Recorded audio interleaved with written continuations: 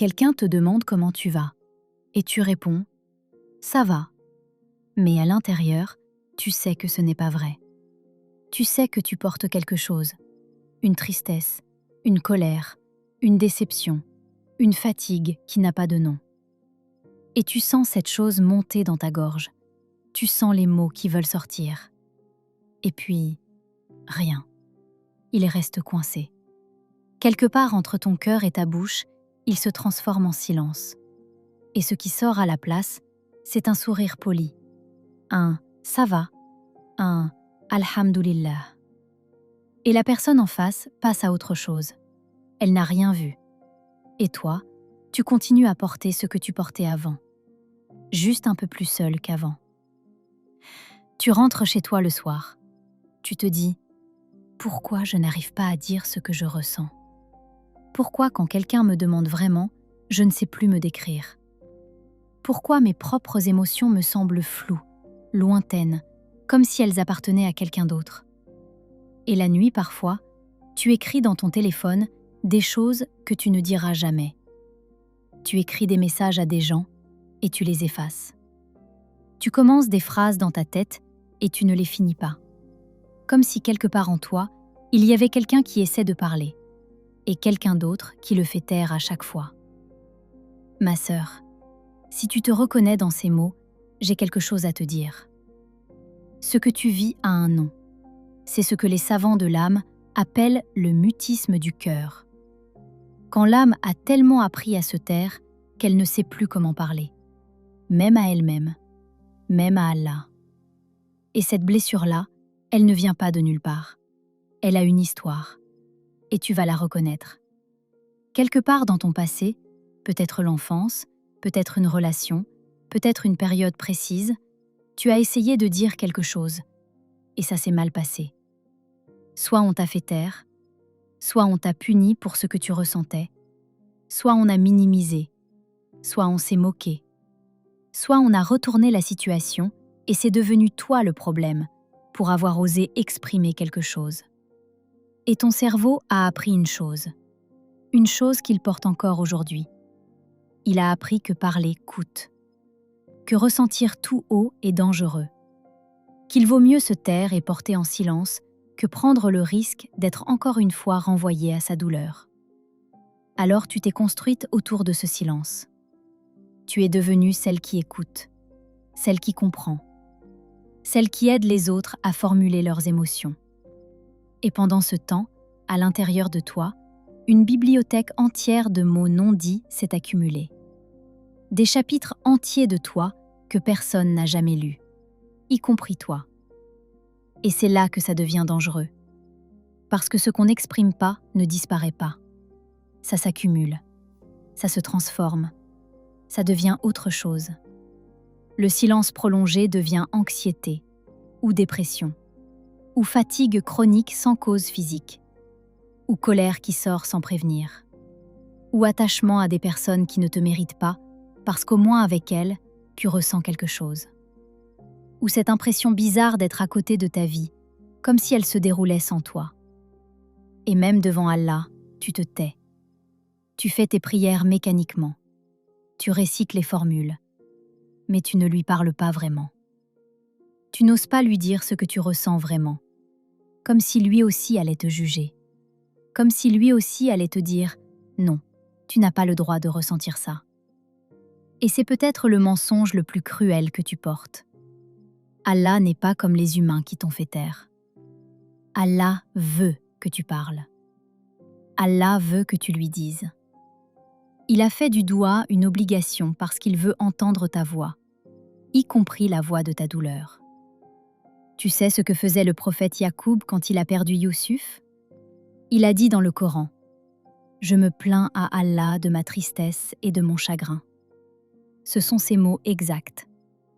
Je me plains à Allah, un prophète, le père de prophètes. Et il n'a pas eu honte de se plaindre à Allah de sa souffrance. Tu sais ce que disait Mariam quand elle accouchait seule ? Plus à Dieu que je sois morte avant. Une parole brute, sans filtre.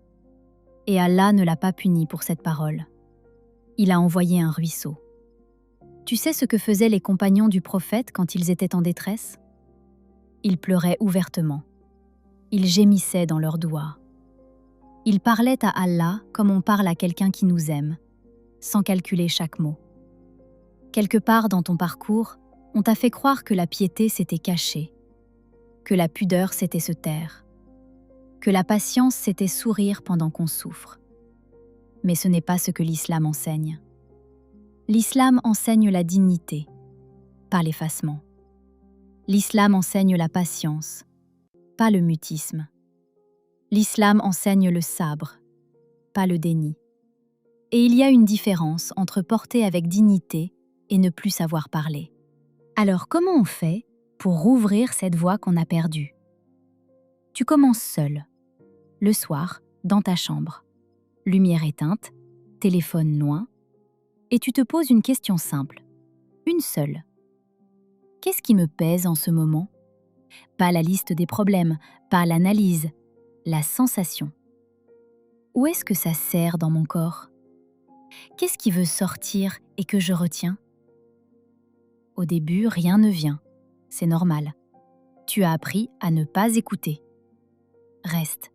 Encore. 2 minutes. 5 minutes. Et un jour, peut-être pas ce soir, peut-être dans 3 jours, une phrase va monter. Quelque chose comme « j'en ai marre » ou « je suis triste » ou « j'ai peur ». Et cette phrase, c'est ta voix qui revient. Accueille-la, ne la juge pas, ne la corrige pas. Et puis, et ça, c'est l'étape qui change tout, tu prends cette phrase et tu la dis à Allah. Pas en arabe parfait, pas dans une posture rituelle. Allongé dans ton lit, à voix basse, tu dis « Ya Allah, j'en ai marre. Ya Allah, j'ai peur. Ya Allah, je ne sais même plus ce que je veux. » Et tu vas pleurer, probablement, la première fois. Pas parce que tu es triste, tu l'étais déjà. Tu vas pleurer parce qu'enfin quelqu'un t'entend. Toi, pour la première fois depuis longtemps. Le prophète, que la paix et le salut d'Allah soient sur lui, a dit qu'il y a des larmes qui sont des douas plus puissantes que 1000 mots. Tes larmes en sont. Elles disent à Allah ce que tu n'as pas réussi à formuler. Elles portent les chapitres entiers de toi que personne n'a jamais lus. Et progressivement, jour après jour, quelque chose se déverrouille. Tu vas commencer à sentir tes émotions avant qu'elles t'écrasent. Tu vas commencer à reconnaître ce que tu ressens en temps réel et pas 3 semaines après. Tu vas peut-être même, un jour, dire à voix haute à quelqu'un de confiance « Aujourd'hui, ça ne va pas ». Et tu sentiras ces mots sortir de toi naturellement, comme une eau qui retrouve son chemin. Mais ne te précipite pas sur les humains.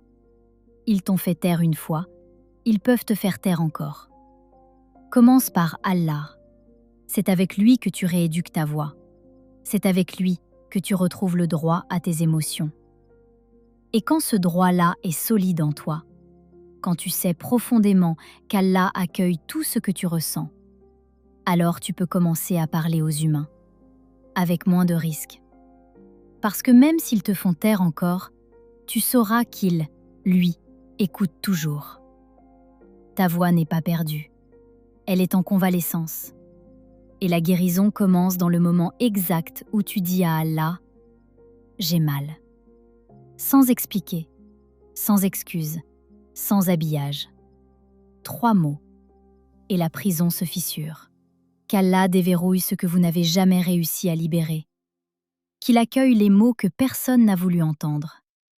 Et qu'il vous fasse savoir, dans le silence de vos nuits, que lui a toujours écouté ce que les autres ont refusé d'entendre. Si cette vidéo a réveillé en toi quelque chose qui dormait depuis longtemps, dis-le simplement en commentaire.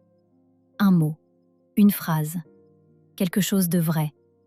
Pas pour moi, pour toi. Parce que la première fois que ta voix sort, peu importe où, elle sort. Et c'est ça qui compte. Prends soin de ton âme. À très vite sur Al Waqt.